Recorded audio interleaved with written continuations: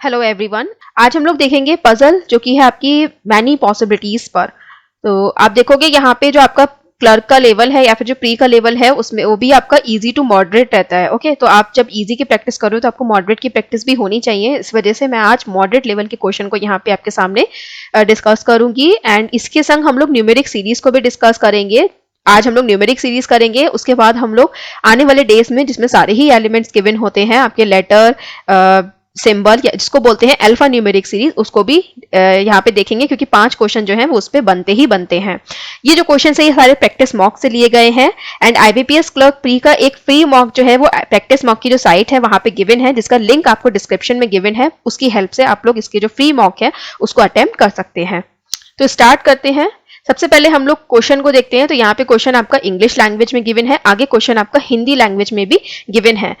तो यहाँ पे जो हिंदी लैंग्वेज वाले हैं वो इसका स्क्रीनशॉट ले सकते हैं। ओके, सो आई होप आपने इसका स्क्रीनशॉट ले लिया होगा। मूव करते हैं इंग्लिश लैंग्वेज पे। तो ये है आपका इंग्लिश लैंग्वेज में क्वेश्चन। थोड़ा सा मैं समझा देती हूँ क्योंकि आगे हम क्वेश्चन को यहाँ से डिस्कस कर देंगे। तो यहाँ पे कह रहे हैं आपके 12 जो है वो प्रोफेसर्स हैं A to L। Okay, take their respective classes in a week from Monday to Saturday. और उनकी जो क्लासेस है वो कैसे होती है, मंडे से लेके सैटरडे होती है। एंड मंडे से लेके सैटरडे जो होती है वो कैसे होती है आपकी, each of them teach only once in a week. सारे जो है वो वीक में एक बार पढ़ाते हैं and only 2 classes are scheduled on each day. और ईच डे जो है वो 2 क्लासेस होती हैं, फर्स्ट हाफ और सेकेंड हाफ। कहने का मतलब ये है कि मंडे को 2 क्लासेस होंगी, एक फर्स्ट शिफ्ट में और एक सेकेंड शिफ्ट में। ऐसे ट्यूसडे को 2 क्लासेस होंगी, first shift and second shift. Wednesday को 2 होंगी, फर्स्ट शिफ्ट और सेकेंड शिफ्ट। ओके, तो ये जो आपके 12 जो प्रोफेसर हैं वो कैसे पढ़ाते हैं, आपका एक हफ्ते में एक ही बार पढ़ाते हैं। यानी कि ए जो है वो अगर ऊपर की ओर पढ़ाएगा यानी कि आपका फर्स्ट शिफ्ट में मंडे को पढ़ाएगा, तो बी जो है वो आपका यहाँ कहीं पढ़ाएगा, सी यहाँ पर, डी यहाँ पर, ई यहाँ पर, एफ यहाँ पर। इस तरीके से एक एक शिफ्ट में एक ही एक दिन में जो है ये लोग पढ़ाएंगे। ओके, तो एक शिफ्ट एक दिन में एक ही पर्सन को हमें यहाँ पे देना है। सो मंडे से लेके सैटरडे तक है और उसको डबल करोगे तो कितने हो जाएंगे हमारे पास, 12 शिफ्ट हो जाएंगे। क्योंकि मंडे से लेके सैटरडे 6 दिन, हर दिन में 2 शिफ्ट, टोटल कितनी हो गई आपकी 12 शिफ्ट और 12 प्रोफेसर्स को आपको उसमें सेट करना है। ओके, देखो ये जो क्वेश्चन है ये थोड़ा सा मॉडरेट है इसमें क्योंकि पॉसिबिलिटीज जो है वो ज्यादा आएंगी, लेकिन अगर आप थोड़ा सा लॉजिक लगा के पॉइंट्स को कनेक्ट करके चलते हो तो आप इजिली इस क्वेश्चन को सॉल्व कर सकते हो। मैं करके दिखाती हूँ। सबसे पहले हम लोग मंडे से लेके सैटरडे तक लिख लेते हैं। हाँ, एक चीज मैं और कहना चाहूंगी, काफी स्टूडेंट्स जो हैं वो क्या करेंगे, कमेंट सेक्शन में ये बोलेंगे कि ये प्री लेवल नहीं है। देखो एसबीआई क्लर्क जो आया था उसमें अगर आपकी शिफ्ट ऐसी हुई थी जिसमें आपकी मैथ्स टफ आई थी तो आप देखोगे मैथ्स में मेंस लेवल के जो क्वेश्चंस थे वो आए थे। क्वांटिटी वाले क्वेश्चंस पूछे गए थे, आपका डेटा सफिशिएंसी पूछा गया था, केसलेट डीआई आई थी, मिसिंग डीआई आई थी। तो ये जो हालांकि आपका जो सेक्शनल टाइमिंग थी वो फिक्स थी 20 मिनट। ओके, तो आप फिर भी देख सकते हो कि उन्होंने लेवल जो है वो क्या रखा था, क्योंकि उस वाले आपके शिफ्ट में जो रीजनिंग और इंग्लिश थी वो ईजी आई थी लेकिन मैथ्स टफ आई थी। ओके, तो क्या आप मैथ्स अटेम्प्ट नहीं करोगे? ओके, एंड क्योंकि जो कट ऑफ है वो भी अच्छी थी, करीबन 69 के आसपास थी। ओके, 70 के आसपास रही थी कट ऑफ। तो आप देखोगे कि आपको ज्यादा नहीं तो आपको मिनिमम हर ही सेक्शन में करीबन 20 से 21 तो करना ही करना है। अगर आप 20 से 21 हर सेक्शन में नहीं करोगे तो आप कैसे पहुंच पाओगे? मिनिमम की बात कर रही हूँ, मैक्सिमम की बात नहीं कर रही। मैक्सिमम क्या, मिनिमम मतलब है कम से कम 20 करना है, तभी आप देखोगे सब में 60 बनेंगे तीनों मिलाकर, जबकि कट ऑफ कितनी रहती है, 70 के आसपास रहती है। ओके, तो इस वजह से यहाँ पे आप लोग जो मॉडरेट लेवल है उसकी प्रैक्टिस करो, प्री को एकदम बिल्कुल ही हल्के में मत लो। ओके, तो यहाँ पे लिख लेते हैं Monday, Tuesday, Wednesday, Thursday, Friday, Saturday. Okay, first shift, second shift, first second, first second, first second, first second, first and second, ये इनकी जो शिफ्ट है वो लिखी जाएंगी। ओके, चलिए स्टार्ट करते हैं। तो यहाँ पे गिवन है A takes his class in first half of the day. तो first half of the day यानी कि ए की जो क्लास है वो कब आएगी, आपकी पहली शिफ्ट में आएगी, right. Then F class is scheduled next to the class of E. तो एफ की जो क्लास है वो ई के बाद आएगी, right? Then C's class is scheduled on Thursday and his class is not scheduled on the same half of that of D.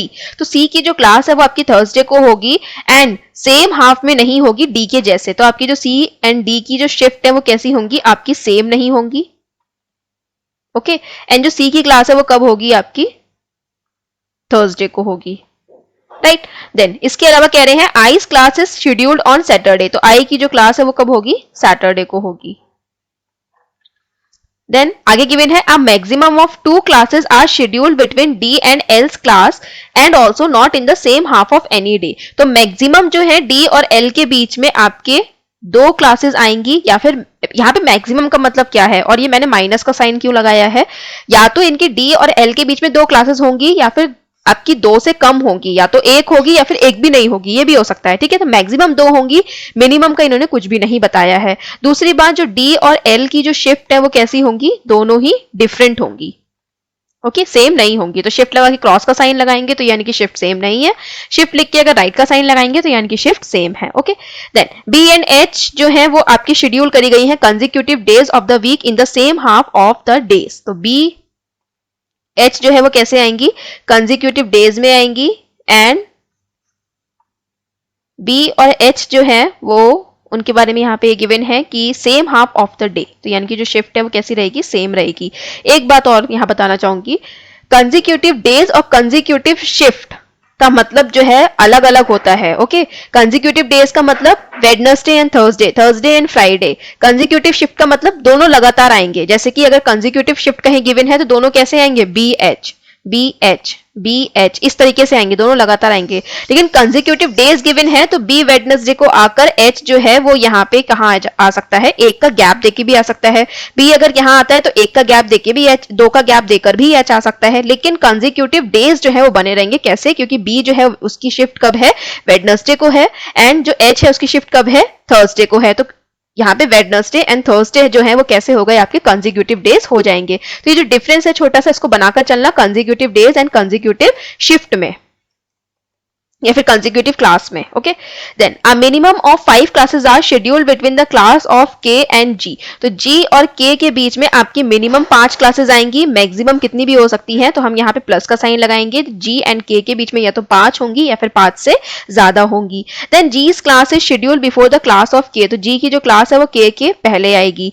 Then J's class is scheduled on the first half of Tuesday. J की class जो है वो Tuesday के first shift में आएगी, तो J जो है वो यहाँ पे कहीं आ सकता है, यानी कि जे की जो क्लास है फर्स्ट शिफ्ट में आएगी। इसको मैंने 4 जगह इसलिए लिख दिया है क्योंकि यहाँ पे भी पॉसिबिलिटीज बनेंगी। ओके, तो कम से कम आपको 4-5 डायग्राम जो है वो जल्दी जल्दी बनाने पड़ेंगे।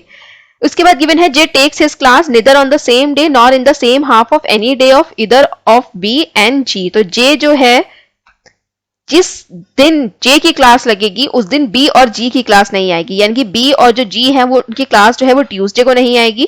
दूसरी बात, सेम शिफ्ट में नहीं आएगी। तो सेम शिफ्ट में नहीं होगी, यानी कि जो बी और जो जी है उनकी क्लास कब होगी, आपकी सेकंड शिफ्ट में होगी। क्योंकि जो जे की क्लास है वो कब है, आपकी जे की क्लास आपके फर्स्ट शिफ्ट में है, एंड बी एंड जी जो है वो जे के साथ या फिर जे की जो सेम वाली शिफ्ट है उसमें नहीं होंगे। यानी कि जे की शिफ्ट जब फर्स्ट है तो बी और जी की जो है वो फर्स्ट नहीं होगी, और फर्स्ट नहीं होगी तो क्या होगी, आपकी सेकंड होगी। फिर गिवन है D's class is scheduled after the class of के but not on the same day. तो डी की जो क्लास है वो के बाद होगी लेकिन सेम डे नहीं होगी। ओके, और सी डी से रिलेटेड जो और भी पॉइंट्स हैं उनको भी यहाँ पे कनेक्ट करके या फिर आप साथ में समझ के रखिएगा। अब आगे बढ़ते हैं, तो यहाँ पर इन्हें फिक्स करते हैं। ये हो गया फर्स्ट डायग्राम, सेकंड, 3 एंड 4। अब देखते हैं यहाँ पे हम फिक्स किन्हें कर सकते हैं। सबसे पहले यहाँ पे गिवन है सी को थर्सडे मिलेगा, आई को सैटरडे मिलेगा। तो ये देखते हैं फर्स्ट वाले डायग्राम में, अगर इनको हम पहले फिक्स करते हैं। ओके, सी थर्सडे और आई सैटरडे। अगर हम सी को थर्सडे की फर्स्ट शिफ्ट देते हैं, ओके, और एक काम करते हैं, यहाँ पे पहले हम लोग सी को ही फिक्स कर लेते हैं। सी की एक कंडीशन जो है वो थर्सडे को फर्स्ट शिफ्ट में आएगी, दूसरी कंडीशन जो है वो थर्सडे को सेकंड शिफ्ट में आएगी। 2 डायग्राम बनेंगे। लेकिन अगर हम लोग यहाँ पे सी और थर्सडे फिक्स कर दिया, वैसे ही हम लोग आई सैटरडे को फिक्स करते हैं। तो अगर हमने सी को जब T1 यानी कि आपका थर्सडे को फर्स्ट वाली शिफ्ट दे रखी है, तो इसमें हमारी 2 कंडीशन निकल कर आएंगी कि अगर हम थर्सडे को फर्स्ट वाली शिफ्ट में सी देते हैं तो आई जो है वो एक बार सैटरडे फर्स्ट शिफ्ट में आ सकता है और एक बार सैटरडे सेकंड शिफ्ट में आ सकता है। सेम जो हमारा सी सेकंड शिफ्ट में है तो इसमें भी 2 आपकी कंडीशन निकल कर आएंगी कि सी जब सेकंड शिफ्ट में होगा तब आई जो है उसके संग फर्स्ट शिफ्ट में भी हो सकता है और सेकंड शिफ्ट में भी हो सकता है। तो ये 4 पॉसिबिलिटीज जो है वो स्टार्टिंग में हमारी बनकर आएंगी। इसको मैंने क्यों बनाया, क्योंकि हमारे पास जी और के जो है वो फिक्स नहीं है कि इनको हमें मैक्सिमम कितना लेना है। या ओके, 5 तो हम ले सकते हैं लेकिन 5 से ज्यादा भी ले सकते हैं। तो यहां पर हमने क्या करा है, 4 डायग्राम फिक्स करके कम से कम हमने कुछ जो वेरिएबल है उनकी जगह को फिक्स करा है। तो उनकी जगह को जब हमने फिक्स करा है तो इससे क्या होगा, अगर k इनकी जगह पे आ रहा होगा तो हम वो पॉसिबिलिटी जो है उसे कट कर देंगे। इस वजह से यहाँ पे ये 4 पॉसिबिलिटीज बनाई गई हैं। अब हम लोग g और k को फिक्स करते हैं। तो g और k को कैसे फिक्स करेंगे, g जो है वो ट्यूसडे को नहीं आएगा, g जो है वो सेकेंड शिफ्ट में आएगा। तो g अगर यहाँ पर आता है तो 1 2 3 4 5 का गैप देते हैं तो k जो है वो यहाँ आना चाहिए, लेकिन यहाँ पे 5 से ज्यादा का भी गैप दे सकते हैं।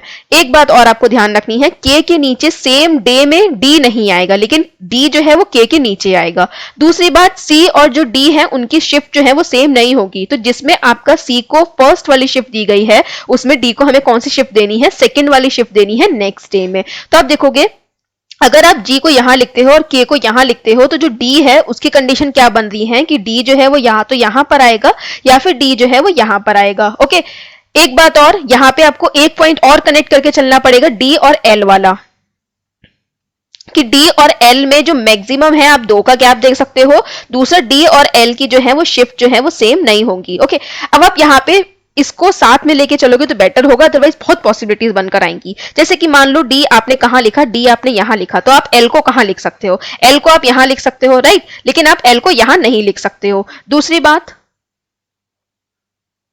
अगर आपने d को यहां लिखा तो आप l को कहां लिख सकते हो, 2 का गैप करके आप l को यहां लिख सकते हो। दोनों कंडीशन जो है वो यहां पे सेटिस्फाई हो रही है। देखो d को हमने सेकंड शिफ्ट दी है तो l को हम कौन सी देंगे, फर्स्ट शिफ्ट यहां पे देंगे। तो दोनों कंडीशन जब यहां पे सेटिस्फाई हो रही है तब हम यहां पे जो एक पॉसिबिलिटी है यही वाली, इसको हम बनाएंगे।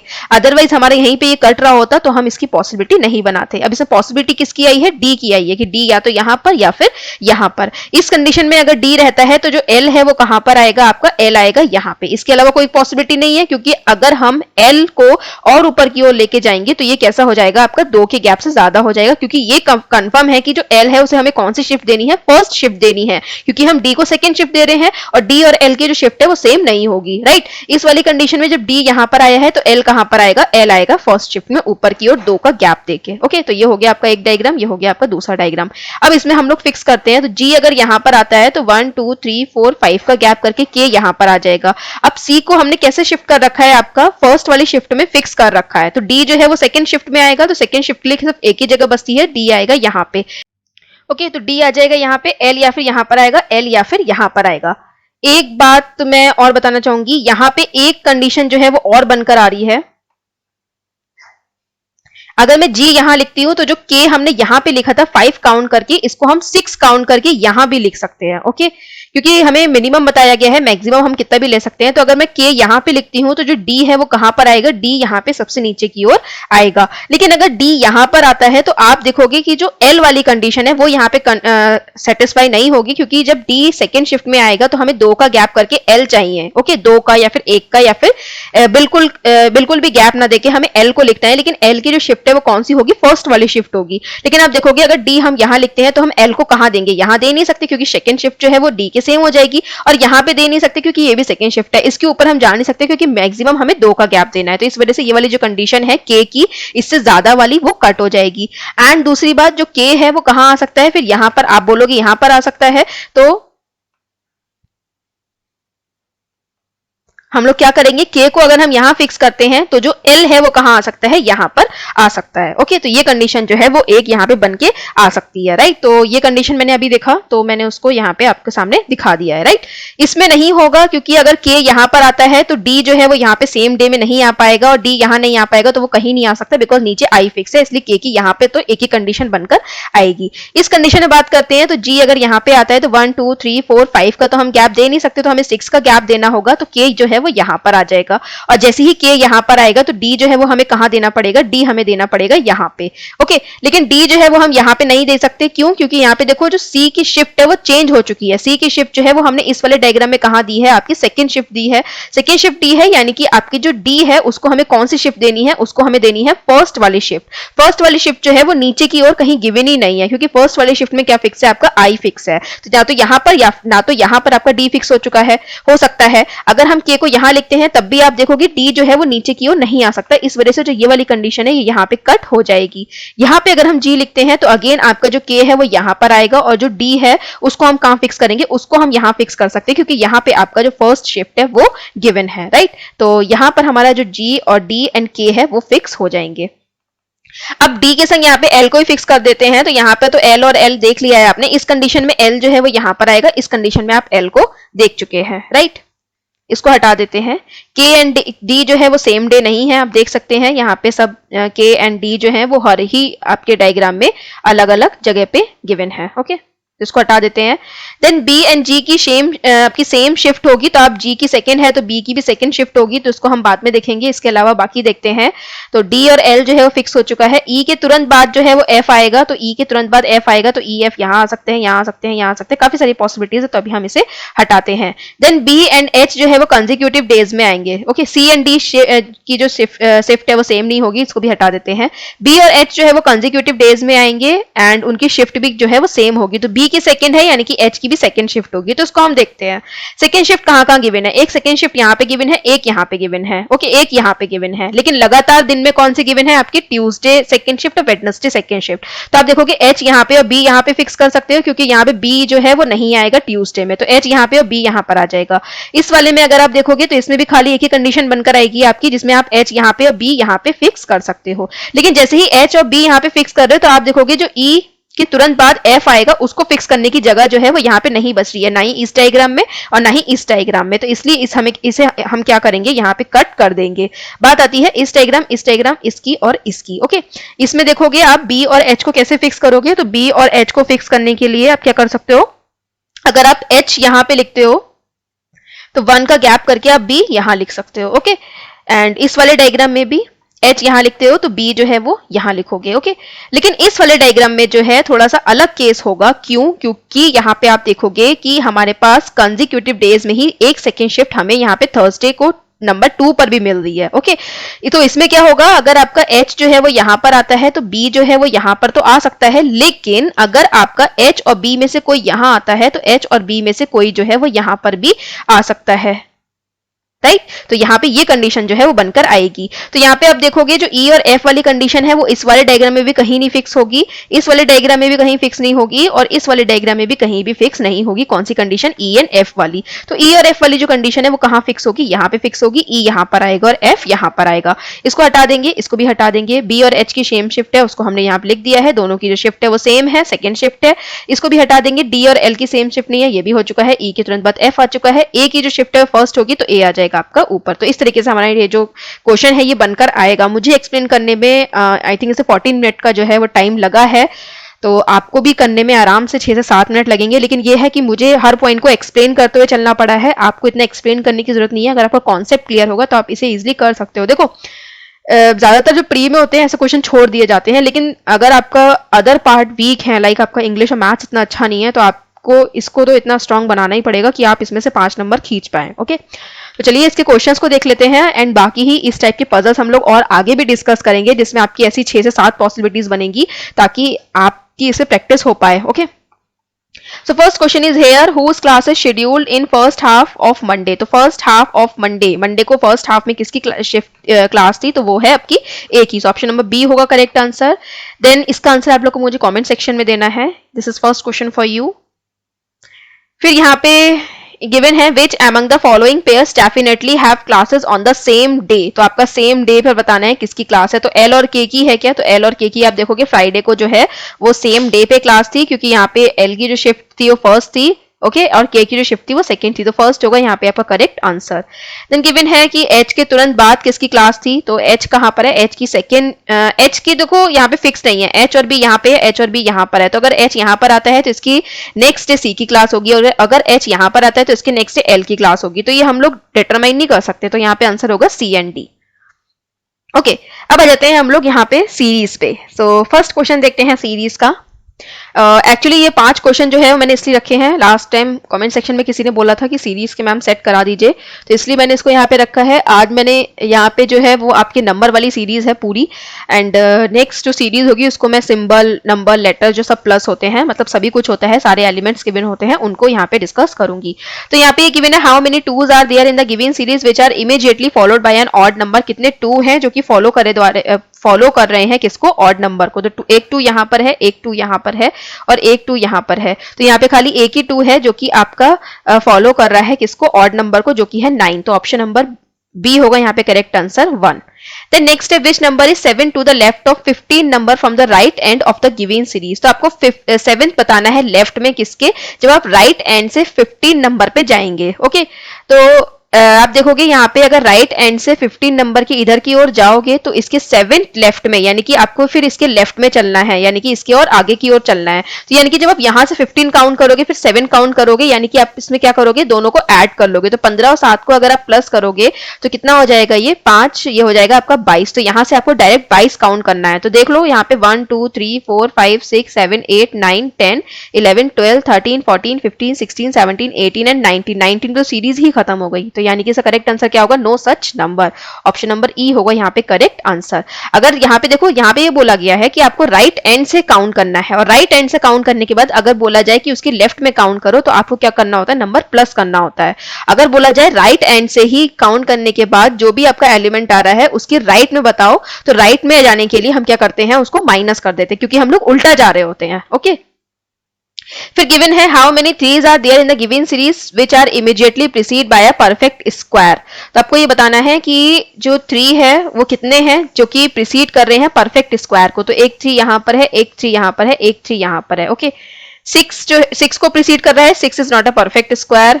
फिर ये 1 को प्रीसीड कर रहा है तो 1 एक परफेक्ट स्क्वायर है, और ये 9 को प्रीसीड कर रहा है तो 9 भी एक परफेक्ट स्क्वायर है। तो 2 है यहाँ पे, ऑप्शन नंबर सी होगा यहाँ पे करेक्ट आंसर।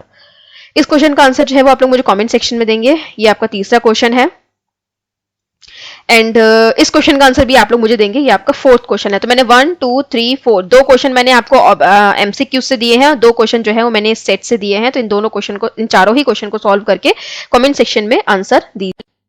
तो यहाँ पे आपकी कुछ प्लेलिस्ट दी गई है, इनको जाके आप व्यू कर सकते हैं। ये आपके एग्जाम के पॉइंट ऑफ व्यू से काफी इंपॉर्टेंट है, और इसमें आपको सारा जो मटेरियल है वो यहाँ पे मिल जाएगा। इसी के संग आपको लिंक में भी जो सारी वीडियोस होती हैं टॉपिक वाइज, उनका भी आपको उनकी जो लिंक है वो दे दी जाती है। तो उस लिंक की हेल्प से भी आप लोग जो आप चैनल पे डिफरेंट टॉपिक की जो आपकी वीडियोस बनी है उन पर जा सकते हो। So thanks for watching this video, have a nice day.